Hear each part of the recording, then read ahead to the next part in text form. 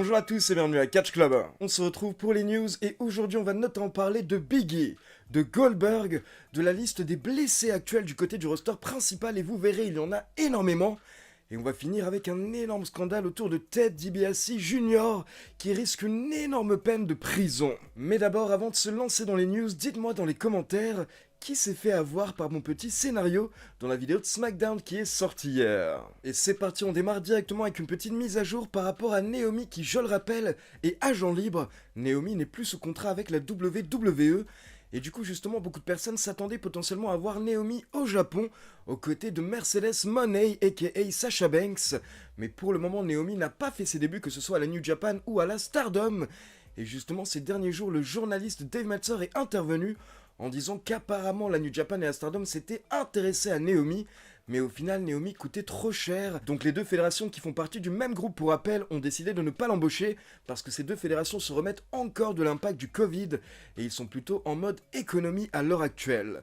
Donc ça c'était la version de Dave Meltzer, mais pour info, Naomi est intervenue sur les réseaux sociaux en disant que toute cette news de Dave Meltzer est totalement fausse. Et à côté de ça, il y a quelques semaines, quand on a appris que dorénavant Naomi est agent libre, je vous avais prévenu que Naomi avait déposé la marque Trinity Star, qui allait sûrement être son nouveau nom. Donc Naomi avait fait la demande de dépôt de marque il y a plusieurs semaines, sauf qu'il y a quelques jours, Naomi a retiré sa demande de dépôt de marque, donc dorénavant elle ne veut plus déposer la marque Trinity Star. Du coup, forcément, ça peut mener à plusieurs questions et beaucoup de fans se demandent si au final elle va tout simplement revenir à la WWE. On enchaîne avec une petite mise à jour par rapport à Gable Steveson, car je sais que beaucoup de personnes souhaitent le voir catcher du côté du roster principal, et en plus, lors du dernier draft, il avait été drafté à Raw, mais au final, ça n'a mené à rien. Et bien, pour info, Gable Steveson s'entraîne à plein temps du côté du Performance Center depuis octobre dernier. Et apparemment, à la base, la WWE souhaitait le faire démarrer potentiellement juste après WrestleMania. Mais apparemment, d'après le Wrestling Observer, la raison pour laquelle Gable Steveson n'a pas encore fait ses débuts, c'est parce que depuis qu'il s'entraîne ces derniers mois, il n'aurait pas vraiment impressionné les officiels en coulisses. Du coup, pour info, à l'heure actuelle, on ne sait pas quand Gable Steveson va enfin démarrer dans le roster principal, mais en tout cas, ça ne sera pas pour tout de suite, car il y a quelques jours, Gable Steveson a confirmé qu'il va retourner dans le monde de la lutte amateur, alors qu'il avait annoncé sa retraite l'année dernière en retirant ses bottes et en les laissant sur le tapis. Eh bien, il va reprendre sa carrière dans la lutte amateur et il va participer à l'US Open qui a lieu dans moins de 2 semaines. Donc apparemment là l'objectif est de se remettre dans la lutte pour pourquoi pas viser à nouveau une place dans les prochains Jeux Olympiques. Et je pense selon moi que l'objectif de la WWE est de tenter de faire de Gable Steveson un double champion olympique avant de le faire débuter dans le roster principal, car à ce moment-là il pourrait être encore plus impressionnant. Mais avant ça du coup il faudra remporter beaucoup de combats. On enchaîne avec une petite mise à jour par rapport au dossier CM Punk dont je vous parlais la semaine dernière. Et bien pour info, cette semaine nous avons le journaliste Andrew Zarian, qui est toujours très bien informé, qui nous a donné de nouveaux détails par rapport à la AEW.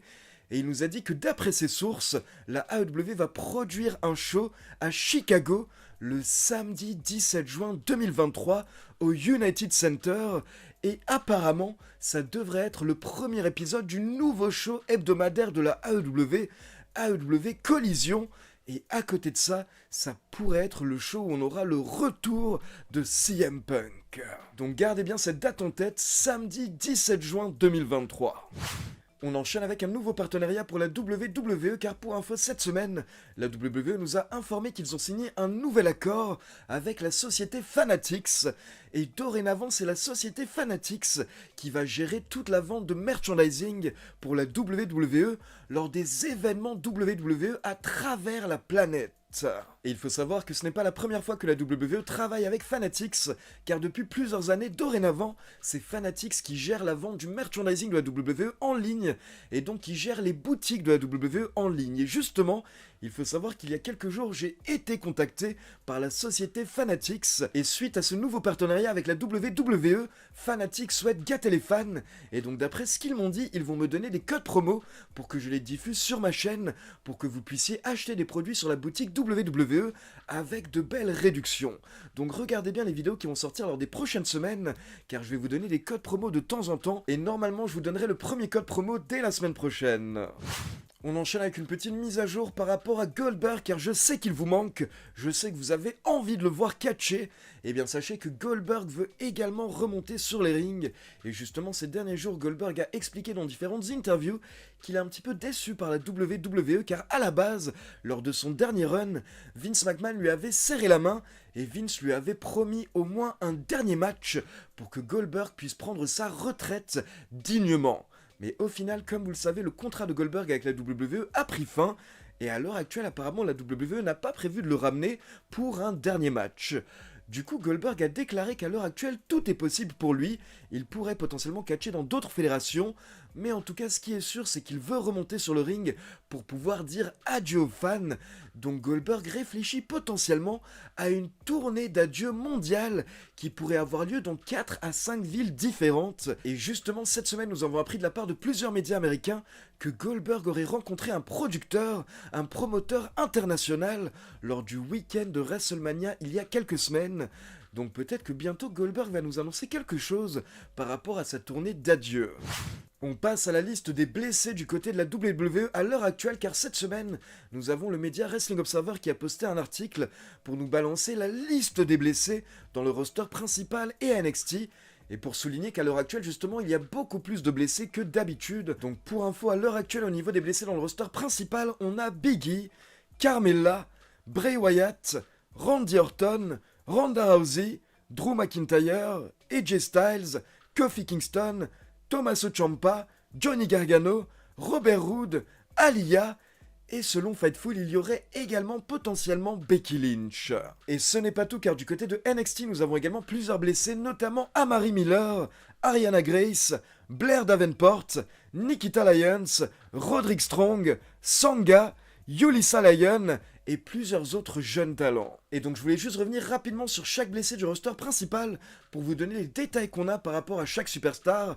Donc d'abord on commence avec Big E, comme vous le savez, Big E est gravement blessé au cou, à la nuque. Il a passé de nouveaux scanners dont on a eu les résultats la semaine dernière. Et à l'heure actuelle on n'a pas vraiment de précision par rapport à Big E.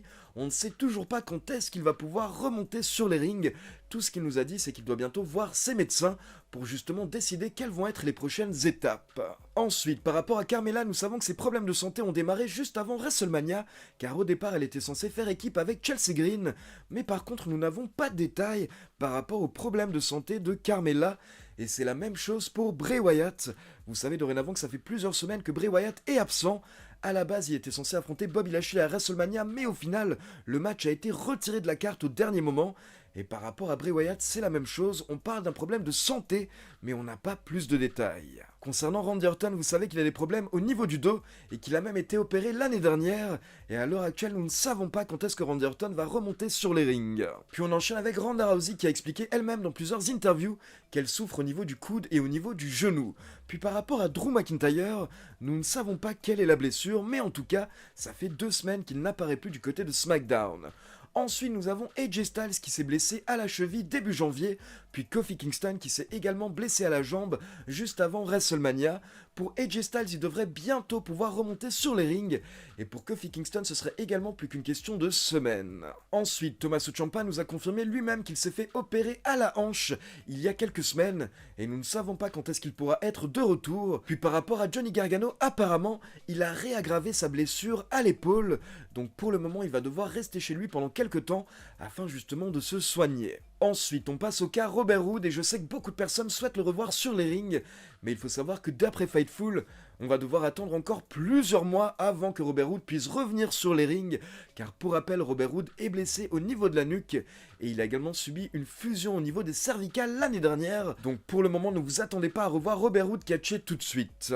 Ensuite, nous avons Aliyah qui est absente depuis plusieurs mois et concernant Aliyah, à la base apparemment c'était plusieurs petites blessures, mais d'après certains médias américains, à l'heure actuelle toutes ces blessures seraient guéries et donc en fait Aliyah attend tout simplement de pouvoir remonter sur les rings, elle attend que la WWE ait de nouveaux plans pour elle. Et pour finir, par rapport à Becky Lynch, alors là c'est Fightful qui nous a informé qu'apparemment Becky Lynch a été retirée de la carte de Raw la semaine dernière car elle aurait potentiellement un problème au pied. Et justement, ça me permet d'enchaîner avec la nouvelle carte pour WWE Paris qui aura lieu ce samedi 29 avril. Et à la base, Becky Lynch était annoncée pour le show, Mais pour info, vendredi dernier, la WWE a annoncé une nouvelle carte et Becky Lynch a été retirée du show, ce qui peut vraiment nous laisser penser que Becky Lynch est blessée à l'heure actuelle. Et nous avons également plusieurs modifications au niveau de la carte, plusieurs superstars qui ont été retirés, d'autres qui ont été ajoutés, et également le main event qui a été modifié car à la base on devait avoir un match tag team, mais au final nous aurons Cody Rhodes contre Finn Balor en main event. Alors moi perso ça me fait plutôt bien rêver. Puis on enchaîne avec une petite rumeur qui nous vient du média américain World Wrestling, un média qui balance pas mal de scoops ces derniers mois, mais on va dire qu'il n'est pas encore établi comme grand média. Mais en tout cas, d'après World Wrestling, la WWE serait en train de travailler sur de potentiels plans pour Big E, si jamais il peut bientôt remonter sur les rings. Et l'une des idées qui aurait été évoquée en coulisses, c'est une potentielle nouvelle rivalité entre le New Day et Imperium, une fois que Kofi Kingston et Big E seront de retour, avec comme objectif final un gros match pour le titre intercontinental entre Big E et Gunther.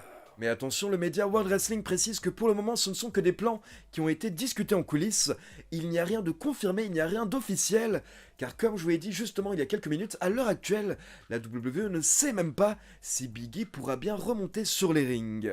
Mais en tout cas c'est plutôt rassurant de voir que la WWE est tout de même déjà en train de réfléchir à de potentiels plans pour Big E, j'ai envie de penser que c'est plutôt bon signe. Et donc juste avant de passer au scandale de la semaine, je rappelle qu'il y a quelques jours, on a accueilli un nouveau partenaire sur Catch Club. Il s'agit de Holy Energy, une marque de boissons énergisantes et de Ice Tea.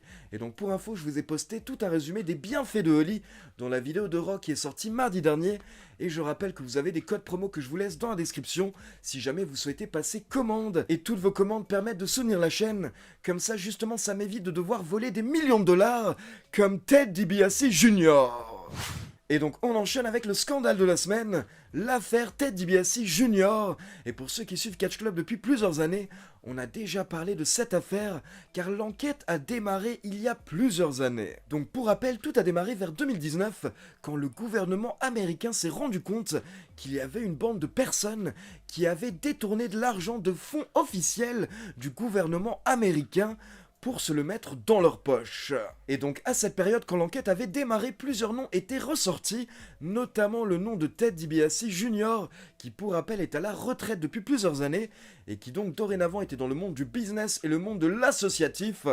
On peut voir qu'il s'amusait bien, et donc là, on a appris que Ted DiBiase Jr. et ses associés avaient volé près de 77 millions de dollars auprès de fonds fédéraux, donc auprès du gouvernement américain. Et il faut savoir en plus qu'à la base, cet argent était destiné à des associations pour mener des actions contre la pauvreté. Donc en fait, à la base, cet argent était destiné à des familles dans le besoin, des familles qui galèrent, et à la place, des personnes ont tout simplement volé cet argent pour se faire kiffer. Et quand je vous dis kiffer, c'est vraiment kiffer, car l'enquête a prouvé que Ted DiBiase a donc détourné plusieurs millions de dollars et derrière avec, il a donné une partie à son frère Brett DiBiase, il a donné une partie à son père également, Ted DiBiase, donc la légende, le Million Dollar Man. Et à côté de ça, Ted DiBiase Jr. s'est acheté une nouvelle voiture, un bateau, et il a payé une partie de sa maison. Et donc il faut savoir qu'il y a environ 3 ans, la justice américaine avait déjà sanctionné la famille DiBiase en leur demandant de rembourser une partie des sommes qu'ils avaient volées.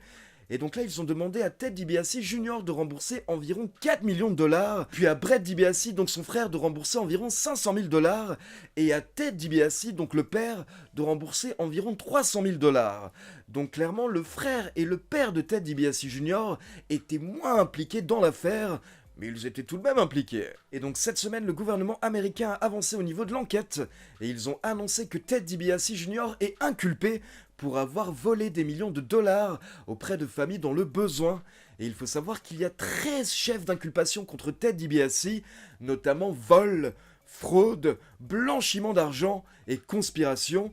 Et il faut savoir que pour chacun de ces chefs d'inculpation, Ted DiBiase risque plusieurs années de prison. Donc au final, s'il est reconnu coupable sur plusieurs de ces chefs d'inculpation, Ted DiBiase pourrait avoir une peine de prison de plusieurs dizaines d'années. Mais bon, apparemment Ted DiBiase Jr. n'a rien à se reprocher, car il faut savoir qu'il y a 2 jours, il a plaidé non coupable, et donc il a été libéré sous caution jusqu'au procès, qui va démarrer dans 2 mois. Et derrière, Ted DiBiase Jr. n'a pas souhaité s'exprimer. Donc bien entendu, je vous tiendrai informé par rapport au procès quand ça va démarrer. Et juste pour finir, je rappelle que le week-end prochain, je serai à Paris pour le live event d'Abu Dhabi Paris à l'Accor Hotel Arena. Du coup, normalement, samedi prochain, je ne pourrai sûrement pas sortir la review de SmackDown et la vidéo news risque également d'avoir un petit peu de retard. Mais par contre, j'espère pouvoir vous ramener un beau vlog une fois que je serai rentré de Paris et j'espère également vous croiser nombreux lors du show. Donc voilà, c'est tout pour les news. Maintenant, comme d'habitude, c'est à vous. N'hésitez pas à me laisser vos avis dans les commentaires. Et comme d'habitude, n'oubliez pas de liker la vidéo, de vous abonner à la chaîne et de cliquer sur la petite cloche pour être informé de la sortie des prochaines vidéos. Ciao tout le monde!